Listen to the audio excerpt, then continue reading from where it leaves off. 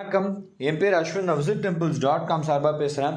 நான் இன்னைக்கு உங்கள் எல்லாரையும் தமிழ்நாட்டில் உள்ள ஒரு தொன்மை வாய்ந்த சிவா விஷ்ணு திருக்கோயிலுக்கு தான் கூட்டிகிட்டு போகிறேன். வாங்க வீடியோக்குள்ளே போகலாம்.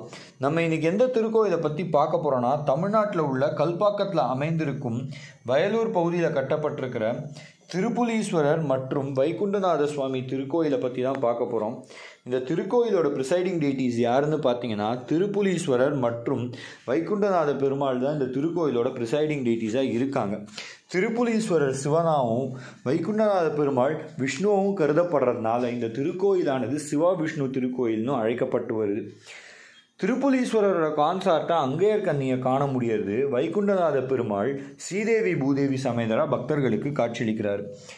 8ஆம் நூற்றாண்டை சார்ந்த பல்லவ மன்னர்களால் இந்த திருக்கோயில் அரும்பாடுபட்டு கட்டப்பட்ட திருக்கோயிலாக கருதப்பட்டு வருது.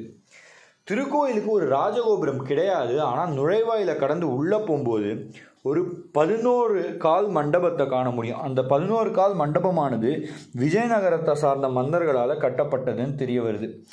வைகுண்ட பெருமாள் சன்னதிக்கு முன்னாடி கருடரையும் திருப்புலீஸ்வரர் சன்னதிக்கு முன்னாடி நந்தியையும் காண முடியும். தற்போது இந்த திருக்கோயிலானது ஆர்கியாலஜிக்கல் சர்வே ஆஃப் இந்தியாவால் மெயின்டைன் பண்ணப்பட்டு வருது. விநாயகர், தட்சிணாமூர்த்தி, துர்கை ஆகியோரை இந்த திருக்கோயிலில் காண முடியும். நீங்களும் இந்த திருக்கோயிலுக்கு போகிறதுக்கு சான்ஸ் கிடச்சிருந்தா கண்டிப்பாக போய் ஒரு வாட்டி விசிட் பண்ணுங்கள். இந்த திருக்கோயிலை பற்றின வீடியோ உங்கள் எல்லாருக்கும் பிடிச்சிருக்குன்னு நினைக்கிறேன். பிடிச்சிருந்தா லைக் பண்ணுங்கள், ஷேர் பண்ணுங்கள், கமெண்ட் பண்ணுங்கள். மறக்காமல் சப்ஸ்கிரைப் பட்டன் பக்கத்தில் இருக்கிற பெல் ஐக்கானை ப்ரெஸ் பண்ணி விட்டுருங்க. அப்படி நீங்கள் ப்ரெஸ் பண்ணிங்கன்னா நாங்கள் போடுற கோயில்களை பற்றின வீடியோ உங்களை வந்தடையும். நன்றி, வணக்கம், மீண்டும் சந்திப்போம்.